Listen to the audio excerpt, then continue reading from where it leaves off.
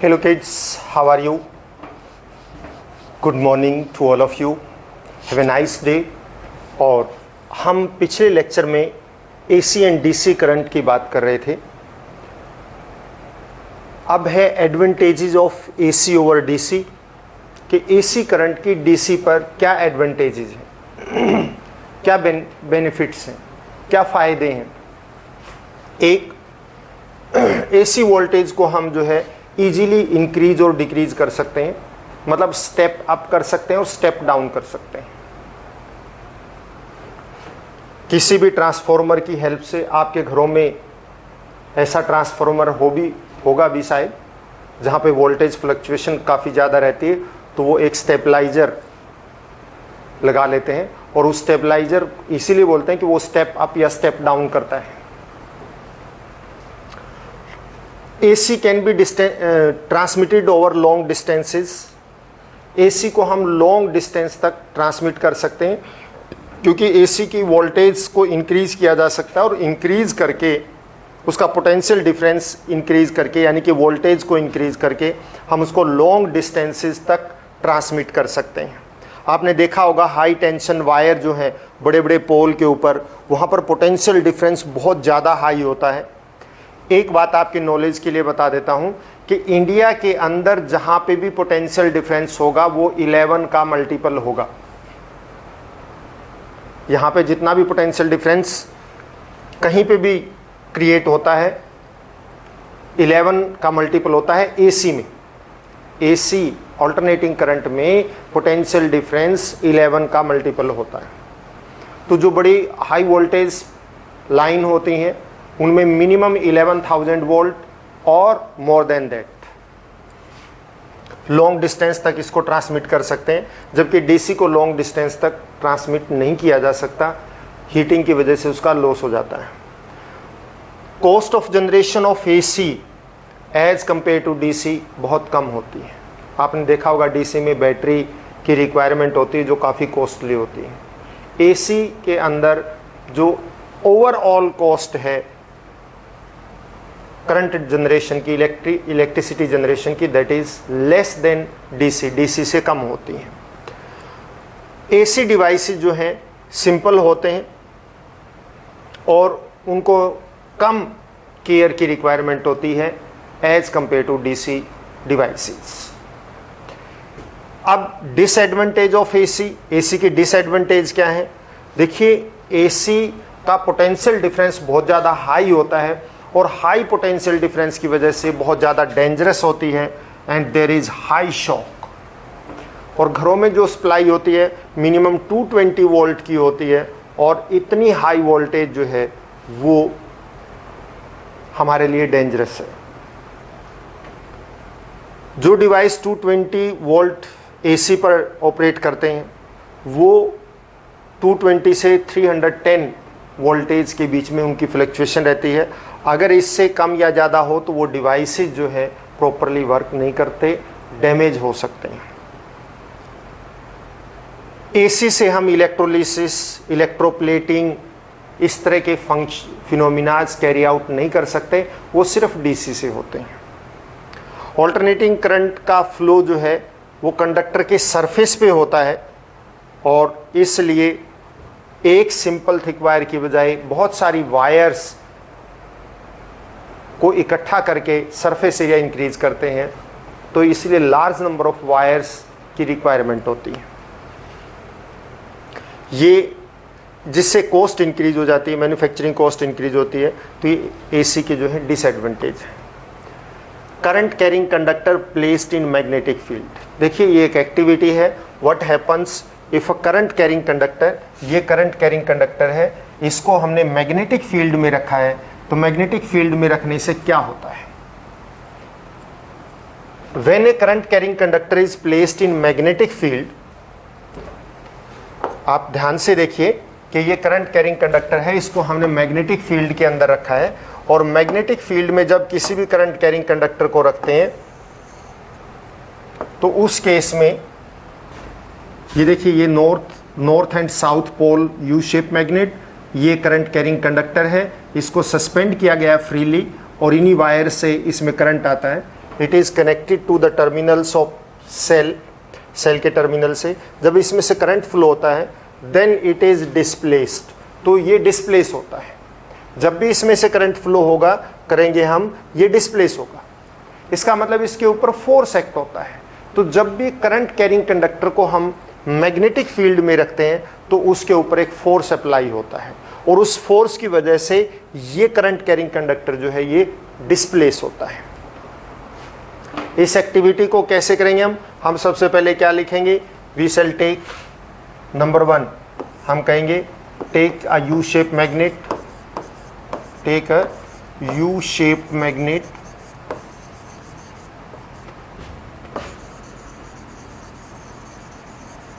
You shape magnet लीजिए। Take thick insulated copper wire, take thick insulated copper, और aluminium wire भी ले लेते हैं क्योंकि लाइट होती है।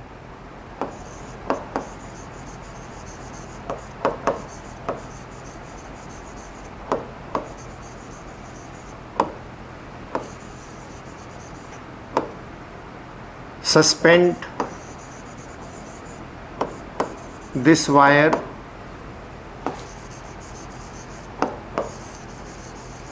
freely in poles of U-shaped magnet.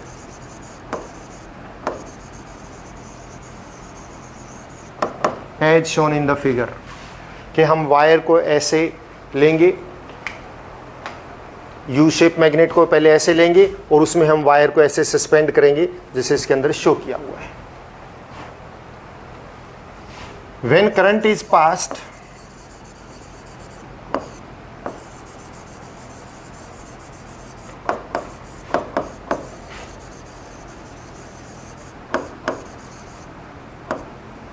The suspended wire is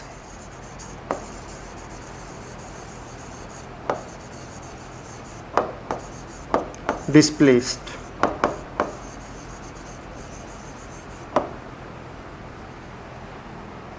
तो इससे क्या कंक्लूजन निकला, कंक्लूजन क्या निकला, जब हम करंट पास करते हैं ये डिस्प्लेस हो जाती है। देखिए यू शेप मैग्नेट लिया, ये एक थिक एल्यूमिनियम या फिर कॉपर वायर, इसको हमने फ्रीली सस्पेंड किया और इन वायर्स को हमने किससे कनेक्ट कर दिया, टर्मिनल्स ऑफ बैटरी या सेल से कनेक्ट करेंगे। और जैसे हम करंट पास करते हैं दिस वायर इज डिस्प्लेस्ड, ये वायर डिस्प्लेस होती है, इट मीन्स इसके ऊपर फोर्स अप्लाई होता है, और ये उसी तभी डिस्प्लेस होती है जब करंट पास होता है। If no current then no displacement. If direction of current is change, मतलब पॉजिटिव को नेगेटिव से, नेगेटिव को पॉजिटिव से हम कनेक्ट कर देते हैं, तो डायरेक्शन ऑफ डिस्प्लेसमेंट भी चेंज हो जाती है। इसका मतलब इस पे एक स्पेशल फोर्स अप्लाई होता है, और वो फोर्स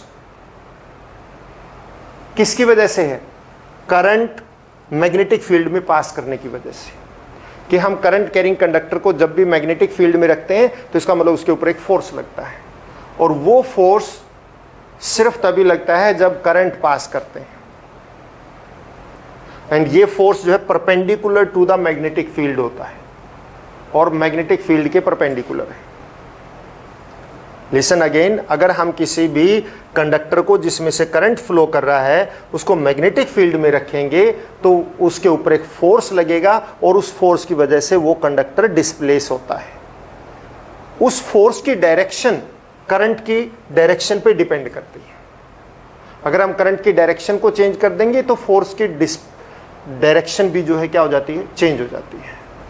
तो हमारा कंक्लूजन क्या निकला, कंक्लूजन ये निकला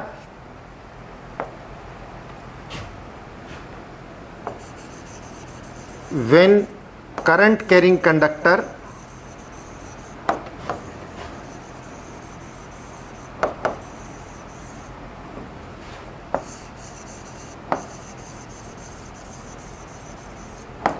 is placed in magnetic field,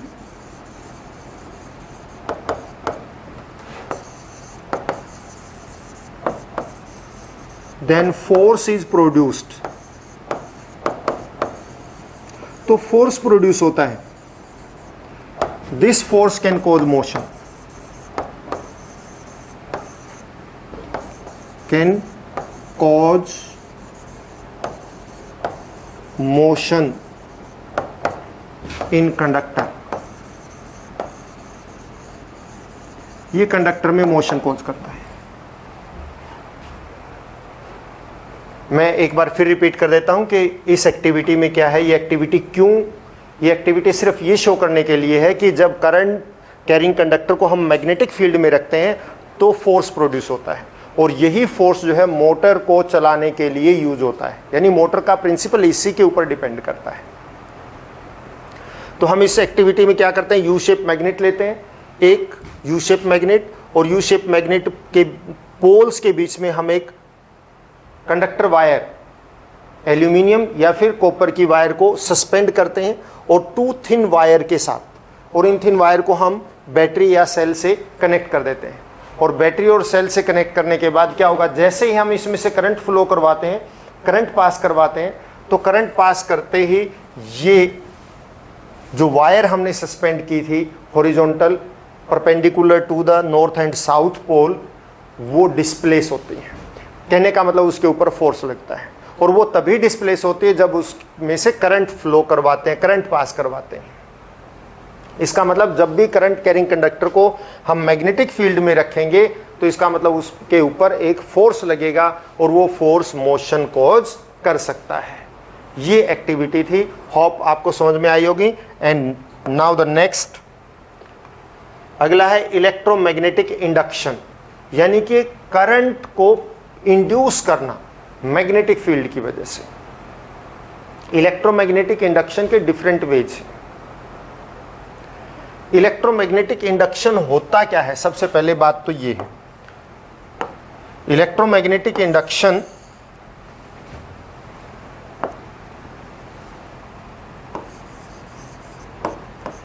it is the induction of current, यानी production of current. Induction of current, induction of current का मतलब production of current by changing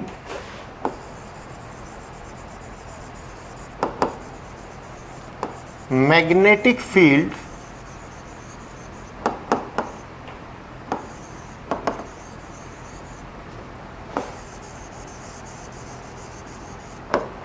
about a conductor।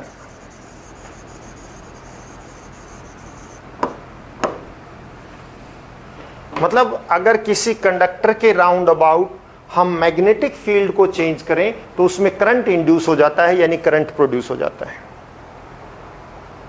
और इस मेथड को हम इलेक्ट्रोमैग्नेटिक इंडक्शन बोलते हैं। There are different ways of electromagnetic induction. सबसे कॉमन वे है कि we take insulated copper wire coil, कि हम एक कॉइल लेते हैं इंसुलेटेड कॉपर वायर, ये मान लिया कोई वुडन या पेपर का रोल, और उसके ऊपर से हमने इंसुलेटेड कॉपर वायर को रैप कर दिया और उसके दोनों एंड को एक गैल्वेनोमीटर से कनेक्ट कर दिया। जैसे ही हम किसी मैग्नेट का नॉर्थ या साउथ पोल इसके पास में लाते हैं तो मैग्नेटिक फील्ड इंक्रीज हो जाता है, फिर दूर लेके जाएंगे मैग्नेटिक फील्ड डिक्रीज हो जाएगा। पास लाएंगे दूर ले जाएंगे, पास लाएंगे दूर ले जाएंगे। जिस तरह से पास लाते हैं दूर लेके जाते हैं, तो जैसे हम पास लाएंगे मैग्नेटिक फील्ड इंक्रीज हो जाएगा, और दूर लेके जाएंगे तो मैग्नेटिक फील्ड क्या हो जाता है, डिक्रीज हो जाता है। तो इस तरह से मैग्नेटिक फील्ड इस कॉइल के राउंड अबाउट क्या होता रहता है, चेंज होता रहता है। और मैग्नेटिक फील्ड जब भी किसी कॉइल के राउंड अबाउट चेंज होता है तो उसमें करंट इंड्यूस होता है। तो इसी तरह से हम देखते हैं जब हम इस मैग्नेट के नॉर्थ पोल को इधर इसके क्लोज लाते हैं, फिर अवे ले जाते हैं, पास में लाते हैं, दूर ले जाते हैं, तो हम देखते हैं कि गैल्वेनोमीटर के अंदर डिफ्लेक्शन शो होती है। गैल्वेनोमीटर में डिफ्लेक्शन शो होती है। ये क्या शो करता है, इसका मतलब कि जब भी हम किसी कॉइल के राउंड अबाउट मैग्नेटिक फील्ड को चेंज करेंगे तो करंट इंड्यूस होता है। लिसन अगेन, इस इलेक्ट्रोमैग्नेटिक इंडक्शन क्या चीज होती है? Electromagnetic induction is the method of induction of current यानी production of current by changing magnetic field around a coil. किसी भी कॉपर या एल्यूमिनियम की कॉइल के राउंड अबाउट मैग्नेटिक फील्ड को बदल के, चेंज करके यानी इंक्रीज या डिक्रीज करके हम करंट को इंड्यूस कर सकते हैं, करंट को प्रोड्यूस कर सकते हैं। यानी हम एक कॉइल लें और एक मैग्नेट लें, मैग्नेट को और कॉइल को आपस में पास लाएं, दूर ले जाएं, पास लेके आए, दूर ले जाएं, तो कॉइल में करंट इंड्यूस हो जाता है, यानी कॉइल में करंट प्रोड्यूस हो जाता है।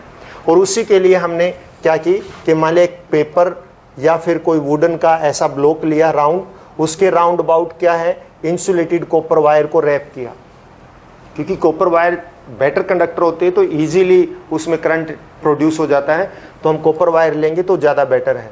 और उस कॉपर वायर को हमने किससे कनेक्ट किया, गैल्वेनोमीटर। बेटा गैल्वेनोमीटर एक ऐसा डिवाइस होता है जो बहुत ही कम करंट की प्रेजेंस भी किसी कॉइल में शो कर देता है, तो इसलिए गैल्वेनोमीटर से कनेक्ट करते हैं। और हम एक मैग्नेट लेते हैं और मैग्नेट को हम कॉइल के पास में लेके आते हैं, दूर लेके जाते हैं, पास लेके आते हैं, दूर लेके जाते हैं। इस तरह से जब पास लाएंगे मैग्नेटिक फील्ड इंक्रीज हो जाएगा, दूर ले जाएंगे मैग्नेटिक फील्ड डिक्रीज हो जाएगा।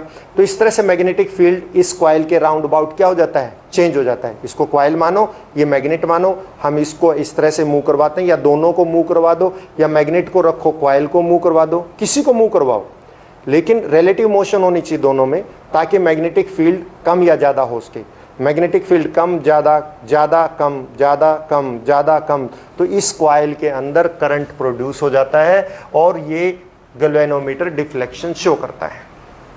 ध्यान रहे कि मैग्नेट और कॉइल के बीच में मोशन होनी चाहिए, यानी कि मैग्नेटिक फील्ड चेंज होना चाहिए।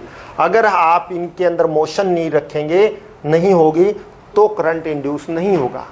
जैसे यहाँ पे शो किया है मैंने, आप देखिए कि ये एक कॉइल है, ये मैग्नेट स्टेशनरी है, वेलोसिटी जीरो है। जब वेलोसिटी जीरो है तो इस देखिए डिफ्लेक्शन नहीं है, गैल्वेनोमीटर में कोई डिफ्लेक्शन नहीं, मतलब कोई करंट नहीं है। जैसे हम इसको इसके पास लाते हैं तो गैल्वेनोमीटर डिफ्लेक्शन शो करता है। अगर मान लिया पास लाके हमने यहीं पे इसको रख दिया और आगे नहीं मूव करवाया, नहीं चलाया, तो फिर जीरो हो जाएगा। दूर लेके जाते हैं फिर डिफ्लेक्शन शो करता है। साउथ पोल को लेके आए, पहले नॉर्थ पोल के लिए दिखा रखा है साउथ पोल, चाहे पोल कोई भी लाइए, लेकिन मोशन होनी चाहिए, यानी मैग्नेटिक फील्ड चेंज होते रहना चाहिए, तो करंट इंड्यूस हो जाएगा। अगर हम नॉर्थ पोल को लेके आते हैं तो देखिए डिफ्लेक्शन गैल्वेनोमीटर में राइट साइड में है, साउथ पोल को लेके आते हैं तो डिफ्लेक्शन अपोजिट साइड में हो जाएगी। मतलब पोल चेंज करने से डायरेक्शन ऑफ करंट भी चेंज होती है। मतलब ये है कहने का बच्चों कि मैग्नेटिक फील्ड चेंज होगा तो करंट इंड्यूस होगा, मैग्नेटिक फील्ड होने से करंट नहीं प्रोड्यूस होता, मैग्नेटिक फील्ड चेंज होने से करंट प्रोड्यूस होता है। इसलिए या तो कॉइल को या मैग्नेट को या दोनों को आपस में क्या करवाते रहना पड़ेगा, मूव करवाते रहना पड़ेगा, और मोशन की वजह से मैग्नेटिक फील्ड चेंज होगा, चेंज होगा तो करंट इंड्यूस होगा। एक और मेथड करंट इंड्यूस करने का कि हम, वो तो पिछले में हमने क्या किया, मैग्नेट और कॉइल की मोशन करवाई। यहाँ मोशन नहीं है, देखिए यहाँ पे हम टू कॉइल लेते हैं, ये दोनों सेम चीजें हैं। एक कॉइल, इसमें कॉइल के सामने कॉइल रखी हुई है, दो कॉइल ऐसे रखी हुई है, और उसमें दो कॉइल साइड में है, बात एक ही है। जब हम एक कॉइल और एक दूसरी दो कॉइल लेते हैं, एक कॉइल को हम गैल्वेनोमीटर से कनेक्ट कर देते हैं, कोई करंट पास नहीं कर रहे इसमें। दूसरे कॉइल को हम बैटरी से कनेक्ट कर देते हैं एक की के थ्रू।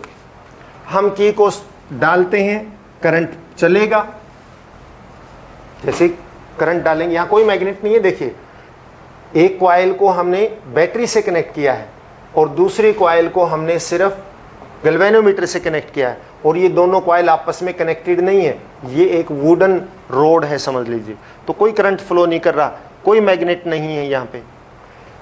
जैसे ही हम इसके अंदर से करंट फ्लो करवाते हैं, इसमें से करंट फ्लो करवाते हैं हम,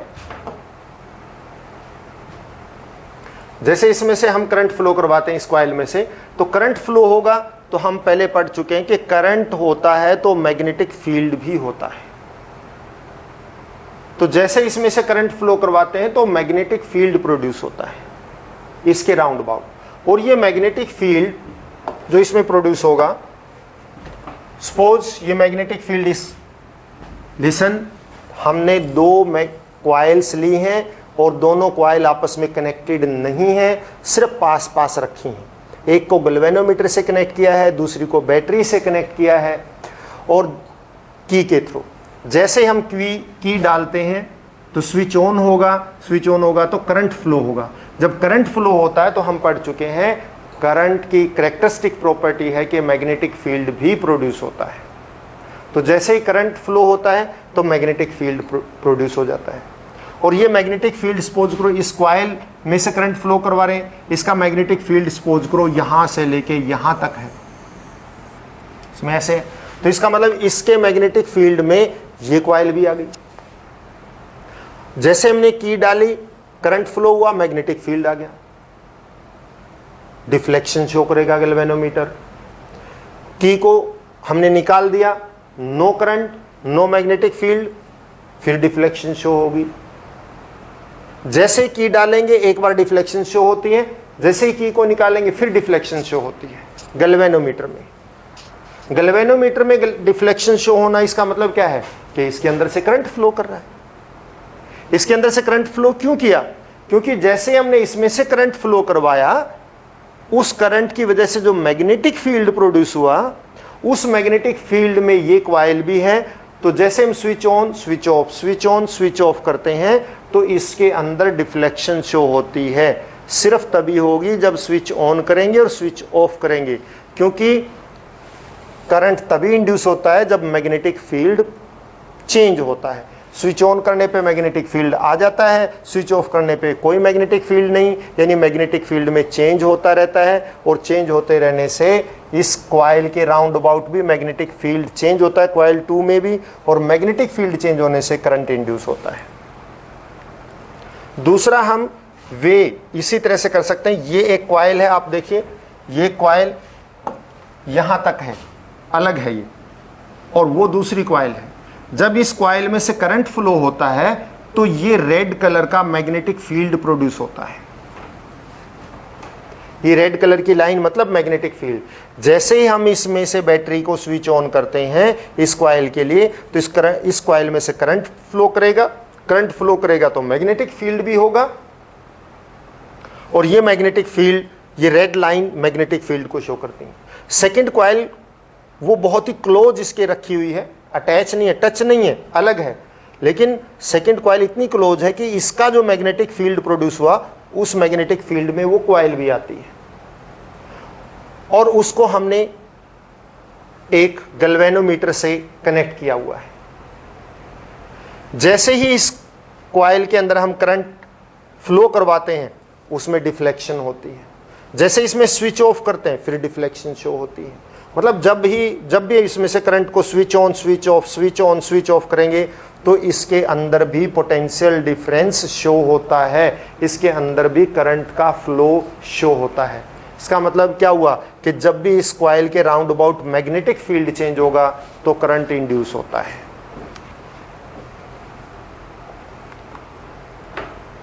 इसके बाद डोमेस्टिक इलेक्ट्रिक सर्किट। बेटा डोमेस्टिक इलेक्ट्रिक सर्किट बिल्कुल सिंपल सर्किट होता है। डोमेस्टिक इलेक्ट्रिक सर्किट के अंदर हम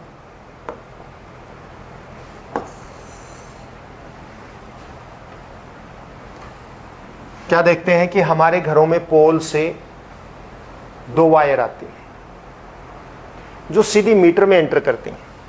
उसमें एक होती है लाइव वायर और दूसरी होती है न्यूट्रल वायर। ये लाइव वायर है और ये क्या है, न्यूट्रल वायर है। और ये सबसे पहले फ्यूज के अंदर एंटर करते हैं। This is fuse. Live wire के सीरीज में फ्यूज कनेक्टेड होता है, तो फ्यूज के अंदर एंटर करते हैं और फिर ये इस फ्यूज से निकल के फ्यूज बोर्ड से इलेक्ट्रिक मीटर के अंदर जाती हैं, और इलेक्ट्रिक मीटर से निकल के ये वायर डिस्ट्रीब्यूशन बॉक्स, जो आपके घरों में एमसीबी बॉक्स होगा, एमसीबी बॉक्स के अंदर एंटर करती हैं, और एमसीबी बॉक्स में से फिर वायर निकलती हैं, एक लाइव वायर और एक न्यूट्रल वायर। और ये जितने घर में सर्किट होते हैं उतने ही पार्ट में इसको डिवाइड कर देते हैं। जैसे एक लाइव वायर एक एमसीबी से निकलेगी और वो एक रूम में जाएगी, दूसरी एमसीबी से दूसरी वायर निकलेगी, वो उसी रूम में या दूसरे रूम में जाएगी। मतलब इस तरह से लोड के अकॉर्डिंग अलग अलग सर्किट होते हैं। जैसे हमारे घरों में इतने सारे डिवाइसेज हैं, आप देखिए मीटर से के बाद जैसे ही वायर एमसीबी बॉक्स में जाती है तो एमसीबी बॉक्स में बहुत सारी एमसीबीज होती हैं।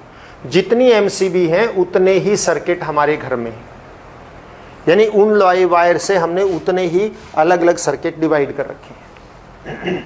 जिस एमसीबी को बंद करेंगे उससे रिलेटेड सर्किट में जितने डिवाइसेज होंगे बंद हो जाते हैं। हम एक लाइव वायर एक सर्किट की बात करें कि एक लाइव वायर और एक न्यूट्रल वायर निकलती है और दैट रन पैरेलल, और सारे डिवाइसेज जो हैं इनके पैरेलल में कनेक्ट होते हैं। जितने भी डिवाइसेज हैं वो सब एक लाइव वायर से कनेक्टेड होगा, दूसरा न्यूट्रल वायर से, लाइव वायर से, न्यूट्रल वायर से, सारे डिवाइसेज इस तरह से पैरेलल में आपस में कनेक्टेड होते हैं। मैं आपको एक डायग्राम और ड्रॉ भी कर देता हूं कि जैसे ये एक लाइव वायर आएगी एमसीबी से निकल के और एक न्यूट्रल वायर आएगी, इनके अंदर हर डिवाइसेस कनेक्टेड होते हैं पैरेलल में। जैसे एक लाइव वायर न्यूट्रल वायर से और दूसरा लाइव वायर से, ये दोनों वायर डिवाइस के साथ कनेक्ट होती हैं। ये दोनों वायर जो है डिवाइस को साथ कनेक्ट होती हैं। इसके साथ साथ एक अर्थ वायर भी पैरेलल में रन करती है जो ग्रीन कलर की है। अर्थ वायर भी जो है अर्थ से आती है, वो अर्थ के वाटर लेवल तक कनेक्टेड होती है, वाटर लेवल से कनेक्टेड होती है, और वो भी डिवाइस के साथ कनेक्टेड होती है। क्यों होती है अर्थ वायर? अर्थ वायर इसलिए होती है कि जब एक्सेस ऑफ करंट किसी वजह से फ्लो करने लग जाए तो एक्सेस ऑफ करंट इस अर्थ वायर में से निकल के अर्थ में चला जाता है, जिससे सीवियर शॉक नहीं लगता और डिवाइस डैमेज नहीं होता है। हम अर्थ वायर के बारे में और सेफ्टी डिवाइसेस के बारे में अगले लेक्चर में बात करेंगे। इसमें हम केवल डोमेस्टिक इलेक्ट्रिक सर्किट की बात करें तो डोमेस्टिक इलेक्ट्रिक सर्किट ये एक सिंपल सर्किट है। इसमें एक लाइव और एक न्यूट्रल वायर, दो वायर पोल से आती हैं और दैट एंटर इनटू किस में एंटर कर जाती हैं? फ्यूज बोर्ड में एंटर कर जाती हैं। फ्यूज बोर्ड में फ्यूज होता है और फ्यूज जो है लाइव वायर के सीरीज में होता है। फिर यहाँ से वायर किस में एंटर करते हैं? मीटर के अंदर, और मीटर से निकल के मेन स्विच में जाती हैं और मेन स्विच से डिस्ट्रीब्यूशन बॉक्स में जाती हैं। डिस्ट्रीब्यूशन बॉक्स में एमसीबीज होती हैं और हर एक एमसीबी का एक सर्किट होता है। जितनी एमसीबी हमारे घर में होंगी उतने ही सर्किट हैं। एक लाइव वायर एमसीबी से निकलेगी और एक न्यूट्रल वायर, ये दोनों वायर रूम के अंदर पैरेलल में रन करती हैं और सारे डिवाइसेस इन्हीं दोनों वायर के साथ पैरेलल में कनेक्टेड होते हैं। इसके अलावा एक ग्रीन कलर की वायर होती है जो इन सब के पैरेलल में रन करती है, और वो ग्रीन कलर वायर को हम बोलते हैं अर्थ वायर, क्योंकि वो अर्थ से कनेक्टेड होती है वाटर लेवल तक और वो सारे डिवाइसेस के साथ कनेक्टेड होती है। वो इसलिए होती है कि कहीं एक्सेस ऑफ करंट फ्लो कर जाए तो excess of current earth wire से होता हुआ अर्थ के अंदर चला जाता है। अर्थ में क्यों जाएगा? डिवाइस के अंदर से क्यों नहीं? अर्थ में इसलिए जाएगा क्योंकि अर्थ का पोटेंशियल डिफरेंस जीरो मानते हैं हम, उसका पोटेंशियल डिफरेंस चेंज ही नहीं होता। तो बहुत कम मतलब जीरो पोटेंशियल डिफरेंस है, तो उसको मेंटेन करने के लिए सारा करंट उसमें से फ्लो करना स्टार्ट हो जाता है, इसलिए सीवियर शॉक भी नहीं लगता और डिवाइस डैमेज भी नहीं होता है। इसके बारे में हम थोड़ा सा और अगले लेक्चर में भी करेंगे। Have a nice day. इस लेक्चर में इतना ही। घर पर रहें, स्वस्थ रहें।